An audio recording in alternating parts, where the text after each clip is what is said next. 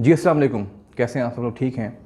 उम्मीद है कि आप लोग ठीक ठाक होंगे भारत में, और असद साहब भी, क्योंकि कल मैंने सुना कि उनके ऊपर एक कातलाना हमला हुआ है परसों, यानी कि 3 फरवरी को। और मैं एकदम से हिल के रह गया, मतलब मुझे यकीन नहीं आया।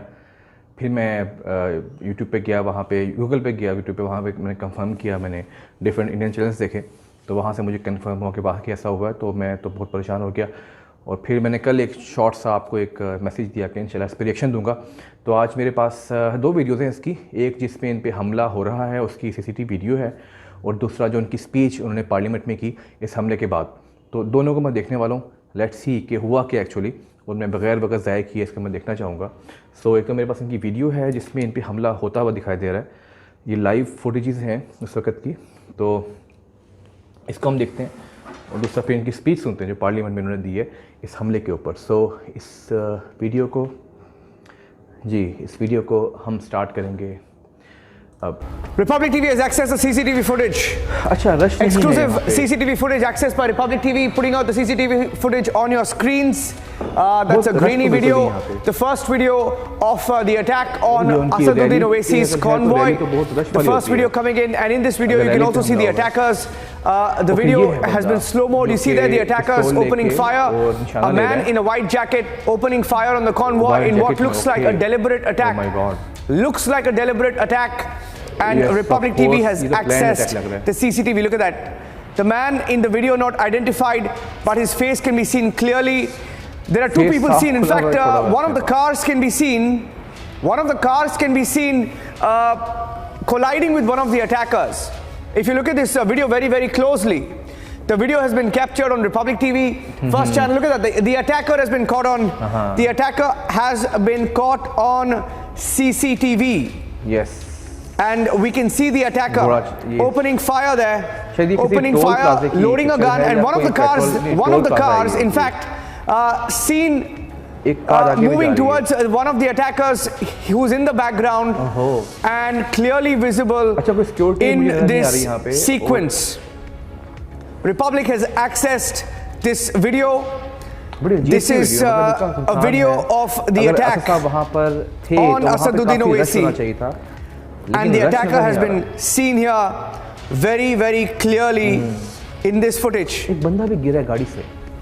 The first video, in fact, from the site. Let me go across to Piyush joining us live. Piyush, we have the CCTV footage. We have the CCTV footage, and it shows two youth opening fire. It's been captured on camera. I'm staying with these pictures. अच्छा, उसका चेहरा भी खुला हुआ है। One man in a white jacket, wearing a white jacket, wearing black trousers, seen running away as another car hits another of the attackers. You can see that in the background, one of the attackers has been hit, and then this car opens fire. This attacker is seen loading a gun and attacking the convoy. This seems to be a deliberate attack. Deliberate attack. Very, very clear from the CCTV footage. A man seems like in his 20s or 30s, a youth seen opening fire, loading a gun and taking aim. Very clear in this CCTV footage accessed by Republic TV. Okay, the only channel with the CCTV footage of the attack and the attacker now captured on video. The full attack has been captured on video. I'm taking a short break now. Back with the story and the first visuals on Republic. Stay tuned. ठीक है, इतना clear नहीं है, और मैं हैरान हूँ कि अगर रैली पे थे वो तो रश क्यों नहीं है, आसपास लोग होने चाहिए थे। तो ये कुछ चीज़ें हैं, लेकिन गाड़ी नहीं दिखाई गई उनकी कि गाड़ी पे हमला हुआ, तो गाड़ी पे इवन गोलियाँ भी गाड़ी पे लगी हैं, मैंने ये भी सुना है। तो भले शॉर्ट सी वीडियो थी उनकी अटैक की। और अब इस अटैक के बाद मेरे ख्याल में कल असद साहब जब पार्लियामेंट में गए तो वहाँ उन्होंने इसके ऊपर बात की, इस अटैक के बारे में।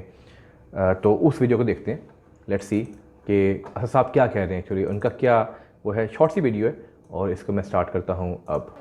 असाउद्दीन ओवैसी जी क्या कहते हैं इसके बारे में? सर, आपका बेहद शुक्रिया कि कल शाम में आपने फ़ोन करके मेरी खैरियत और मुझसे दरियाफ़्त किया कि क्या हुआ, और आपने मुझे बताया कि आपने फ़ौरन पुलिस के आला अहदेदारों से बातचीत भी की।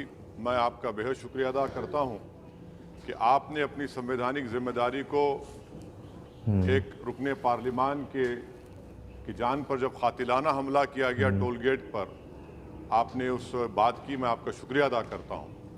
स्पीकर साहब, मैं मुख्तसर से यहाँ पर ये बात कहना चाहूँगा कि मुख्तलिफ सियासी पार्टियाँ मुख्तलिफ प्रदेश में इक़्तिदार पर हैं। ये बात आप तमाम को मैं गोशेगुजार कर रहा हूँ कि आखिर ये कौन लोग हैं जी जो गोली पर भरोसा करते हैं, बैलेट पर नहीं करते। आखिर ये कौन लोग हैं जो इतना रेडिकलाइज हो चुके हैं कि इनको इस संविधान पर एतमाद नहीं रहा। सही बात है। उनको अंबेडकर के बनाए हुए संविधान के खिलाफ हैं, जो इतनी नफरत पैदा करते हैं। आखिर ये कौन लोग हैं? मैं इसको सियासी गुफ्तगू नहीं करूंगा, ये सबके लिए छोड़ रहा हूं, क्योंकि जहां तक मुझे मालूम कि मैं 2 मरतबा का विधायक हूं, 4 मरतबा का सांसद हूं। वाह। और अगर इस तरह से अगर राजनीति आगे बढ़ेगी कि टोल गेट पर गाड़ी रुकती है और 4 राउंड गोलियां चलाई जाती हैं, सही है। आखिर इन नौजवानों को ये कैसे रेडिकलाइज हुए? और मैं सरकार से पूछना चाहता हूं कि क्या उन्होंने ये रेडिकलाइजेशन सैयद कुतुब की किताब पढ़कर रेडिकलाइज हुए, अब्दुल्ला अज़ाम की किताब पढ़कर रेडिकलाइज हुए, या अयमन अल ज़ोहरी की किताब पढ़कर रेडिकलाइज हुए? इसीलिए मैंने सरकार से 2015 में कहा था कि इंटरनल सिक्योरिटी डिपार्टमेंट MHA में, उसमें तमाम मज़ाहिब के लोगों का एक काउंटर रेडिकल सेल बनाइए आप। और सर, ये रेडिकलाइज हो चुके हैं तो भारत की इससे राइट विंग कम्युनिज्म और टेररिज्म बढ़ेगा। बिल्कुल ऐसे है। मैं आपसे अपील कर रहा हूं कि जो गलती NDA 1 में की थी, आप वही करने जा रहे हैं। आपको नुकसान होगा, आपकी सरकार को नुकसान होगा, देश को तो, देश की सालिमियत को खतरा तो पैदा हो रहा है। बिल्कुल ऐसा ही है सर। मैं आपके जरिए से सरकार को ये बताना चाहूंगा कि जिन लोगों ने ये रेडिकलाइजेशन किया है, आप इस पर गौर करिए, इन पर UAPA क्यों नहीं लगाते आप? अगर कोई स्पीच देता है, अगर कोई फेसबुक पर किसी क्रिकेट मैच पर किसी टीम की तायीद करता है तो UAPA लगता है। एक सिटिंग MP के ऊपर UAPA नहीं लगेगा सर। मैं सरकार पर छोड़ता हूं। सर, चौथी बात यह है कि रेडिकलाइजेशन की जब बात होती है, हमने यहां पर एक कांग्रेस के बड़े नेता से सुना कि 2 भारत हैं दौलत के एतबार से। नहीं सर, भारत की दौलत मोहब्बत है। भारत की दौलत पैसों की दौलत नहीं है। बिल्कुल सही बात है। भारत की दौलत बहुत अच्छी मोहब्बत बात की है जी। हाँ, 2 भारत हैं। एक मोहब्बत पर जो पिछले कई बरसों से आबाद है, और एक नफरत पर भारत बन रहा है। तो क्या आप दौलत की भारत की मिसाल देंगे या मोहब्बत की भारत की मिसाल देंगे? सही बात। अगर मोहब्बत की भारत की मिसाल देंगे तो उसमें आपको मेरी जबान को रोकने के लिए गोली चलाने की जरूरत नहीं है। सही बात है।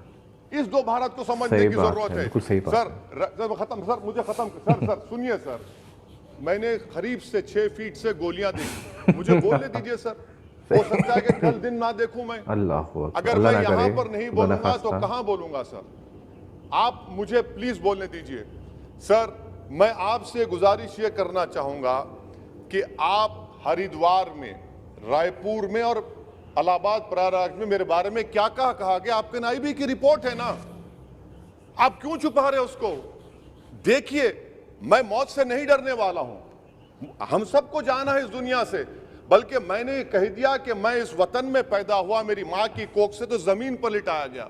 जब मेरी आंख बंद हो जाएगी तो इंशाल्लाह औरंगाबाद की जमीन मुझे दफनाया जाएगा। मगर मैं आपसे अपील करना चाह रहा हूं सरकार से सर, कि जो कुछ बातें की गई हैं उसको देखिए। मैं Z कैटेगरी सिक्योरिटी नहीं चाहिए मुझे। क्यों नहीं चाहिए? मैं हर चीज नहीं चाहिए मुझे। मैं 94 से पॉलिटिक्स में हूं। मैं आजाद जिंदगी गुजारना चाहता हूं। मैं घुटन के साथ जिंदा नहीं रह सकता इस दुनिया में।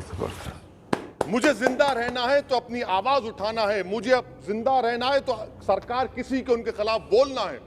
और अगर गोली लगती है तो मुझे कबूल है, मगर मैं घुटन की जिंदगी नहीं गुजार सकता सर।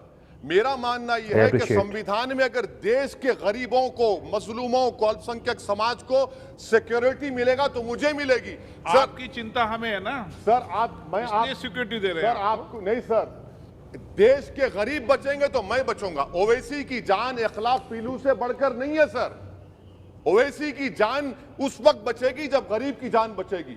इसीलिए मैं आपके जरिए सरकार से अपील करना चाहूंगा कि सर इस नफरत को खत्म करिए, इस नफरत को खत्म करिए और इस पर आप गौर करिए। मैं नहीं लूंगा सिक्योरिटी, मैं जेड कैटेगरी नहीं चाहता हूं सिक्योरिटी। मुझे ए कैटेगरी का शहरी बनाइए आप, मुझे ए कैटेगरी का शहरी बनाइए ताकि मेरी और आपकी जिंदगी बराबर हो।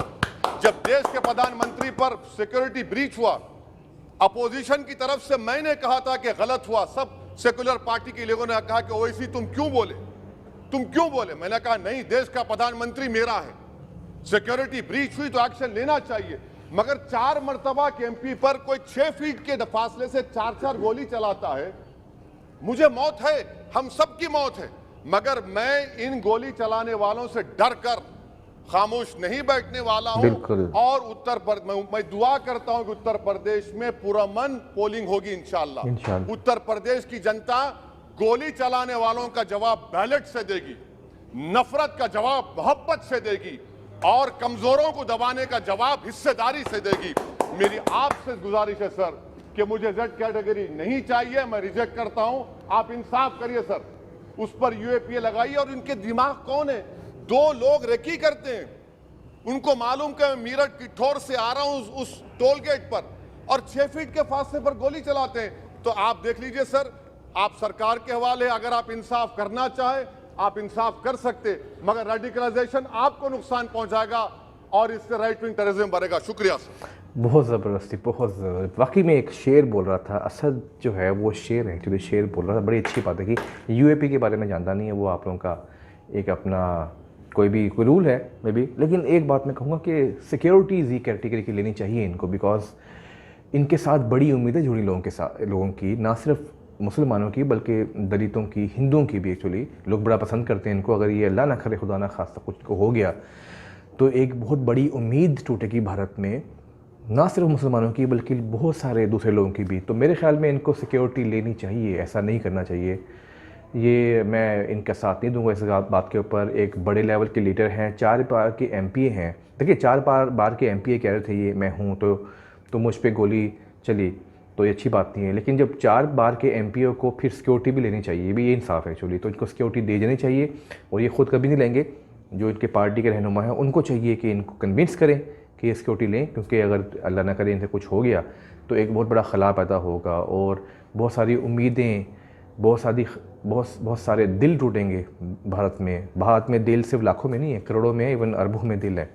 तो बहुत अच्छी स्पीच थी, मैंने वीडियो भी देखी, इतनी क्लियर नहीं थी लेकिन बहरहाल बड़े अजीब व गरीब किस्म से हमला किया गया। स्पीच बड़ी कमाल थी, बड़े ज़बरदस्त बातें की उन्होंने और दिल ले गए, बिल्कुल सही बात है। लेकिन मेरे ख्याल में इनको सिक्योरिटी लेनी चाहिए और अगली बार मेरे ख्याल में सिक्योरिटी दार इनको चाहिए कि यार वो तमाम जो भारतीय लीडर्स हैं, चाहे वो मोदी साहब हैं, चाहे कोई भी है, असद साहब हैं, कोई भी है, उनको बड़ी प्रॉपर सिक्योरिटी देनी चाहिए। बड़ा मसला आ रहा है भारत में आजकल सिक्योरिटी को लेके कि सरेआम लीडर्स पे हमले हो रहे हैं इस तरह के, तो इससे बचना चाहिए। बहुत शुक्रिया आपका, अल्लाह हाफ़िज़।